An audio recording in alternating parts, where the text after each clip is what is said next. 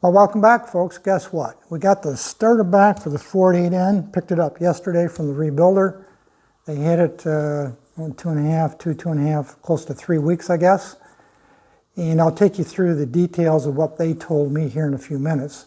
My plan is, as part of this video, is go ahead and remount it back in the tractor and see if we can't get the old girl running. It hasn't been running probably in 5-6 weeks now, so we'll see how this goes. But let's take a deeper dive into what they told me about the starter before we go ahead and mount it up to the tractor. The most obvious thing you'll notice is the Bendix has been replaced with a new style. This is that cartridge style I think I referenced in one of my previous videos. This is a re-engineered Bendix that Ford, I think, came up with probably in the 50s. I don't know for sure, but this is a little bit different style. This is the more modern style. They indicated that there's really nothing wrong with the starter itself, the motor or the solenoid. Of course, they were both tested. In fact, they had it apart. They cleaned it, checked the brushes. They said the brushes had a lot of life left in them. There was nothing wrong with the brushes. And after a thorough cleaning, they put it back together. And they did say that the Bendix was bad and it wasn't acting properly, so they put a new one on. And this is a new aftermarket because Ford, at least to my knowledge, doesn't supply this part anymore.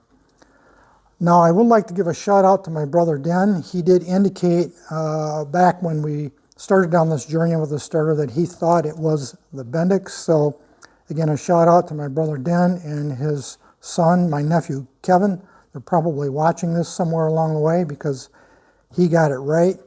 And I think Keith in Canada also mentioned he thought that the Bendix might have been jammed into the ring gear, which I think it was, and it probably jammed, I would think, because it was defective and didn't want to retract the way it was supposed to.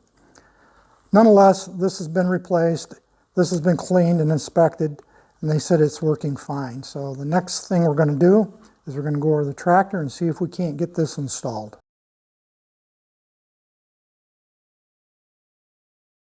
So we're going to go ahead now and try to get this starter in. You'll notice here there's a nut.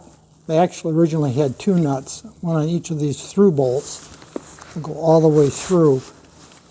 And you have to be careful that you don't separate this housing from the internals of the brushes because it'll all come apart, and then you gotta fiddle around and try to get it all back together again. So I left this nut on, I took this nut off, and I'll remove this nut once I get it in place. It's a little tricky to finagle. I know that the angle isn't really great for you folks, so you're going to have to just bear with me a bit here as I see if I can't get this in place.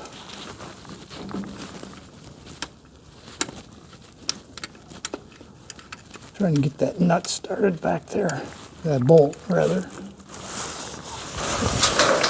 I can't see.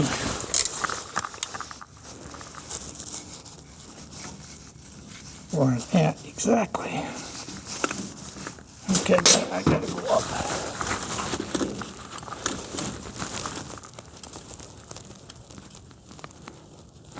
Okay, I think I got that one started. Now,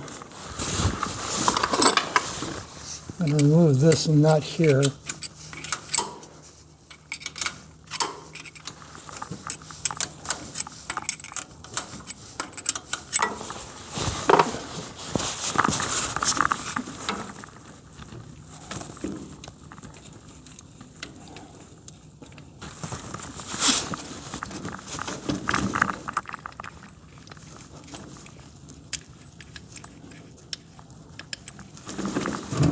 There. That's what I wanted to have happen. Spin this back through.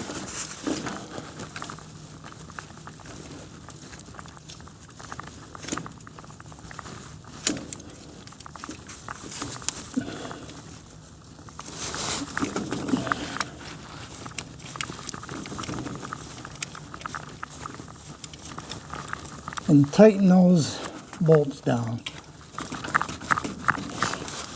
That wasn't too bad. Some people online indicate this is a kind of a horror story to get out, but I didn't seem to have a lot of problem with it. Tighten those nuts up, the bolts. I have to work around that drain. Might have to get a wrench, I don't know.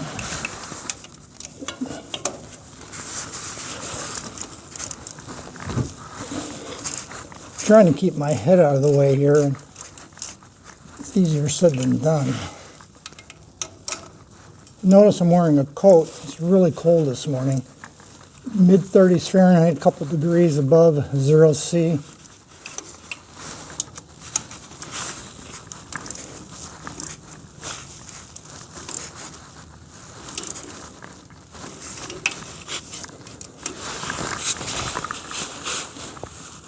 You'll also notice I'm using a 1/4-inch drive. You don't need a big heavy tool for this.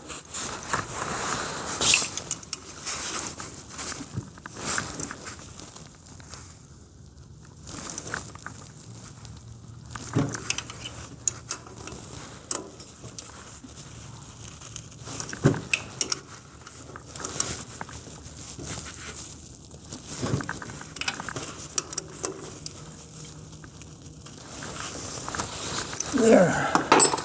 I think the drive's all mounted in place. Now we got to connect the cables. This is the one that comes from the battery, and these come from the switcher electrical system.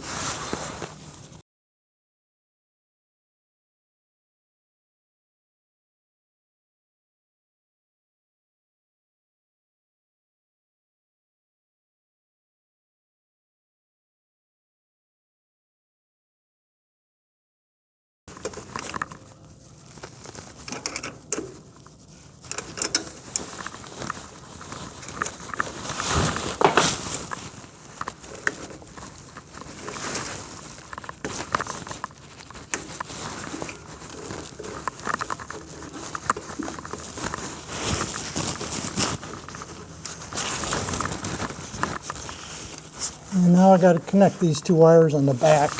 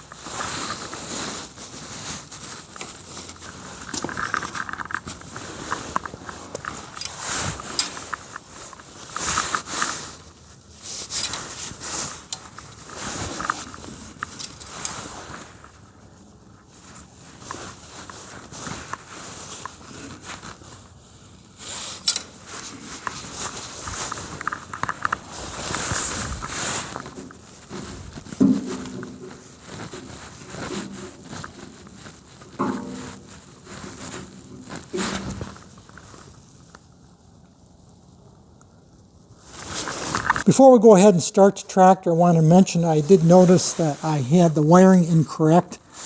This heavy yellow wire back here I originally had attached here to the back side of the starter solenoid or relay. Didn't look quite right because the ring on the end of the yellow wire was large, which would indicate it would go to this post right here where the lead comes down from the battery. So I checked the wiring diagram just to make sure, and sure enough I had it wired incorrect. So I switched the yellow wire from back here to here. You probably can't quite see it, but it's right here. So I think now it's wired correctly. So I've got the fuel on. Remember, it hasn't been run in 5-6 weeks or so. We'll turn the key on, make sure it's in neutral. Give it a little fuel, a little choke.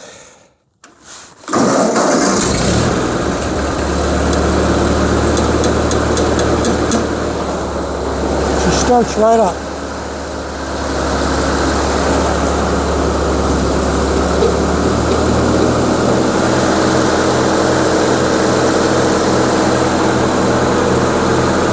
It's got good oil pressure. The amp meter shows charging.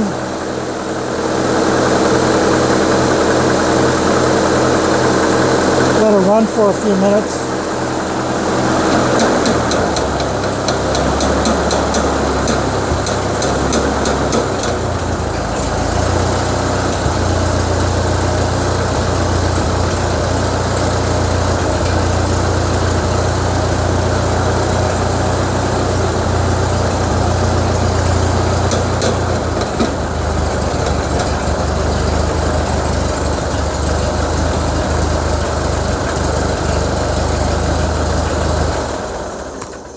Well, that was certainly a success. The starter obviously worked. I was quite surprised at how quickly it started and how smooth it ran. It didn't need much choke at all after setting for those 5 or 6 weeks, and it's been pretty cold at night here. So I consider that a rounding success, and I think we're back in business. Well, I don't think that could have gone any better. The starter went in place very easily. I didn't have any trouble getting it installed, as you saw. And outside that little wiring confusion, I did get that sorted out right away. And as you saw, the tractor started right up, which was, for me, very surprising.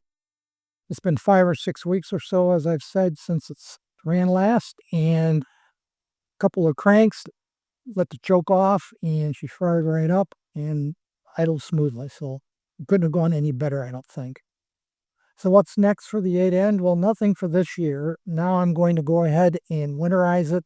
I will fill the fuel tank with fuel.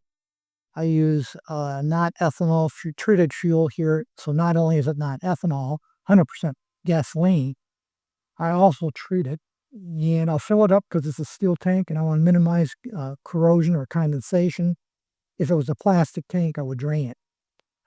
And shut off the fuel supply, run the engine till it dies, drain the carburetor, and that would be it for the winter, outside of putting a battery maintainer on the battery, keep the battery up during the course of the winter. And then next spring, probably around May-ish or so, we'll get it back out and get it started and put it back in service, brush hogging and mowing.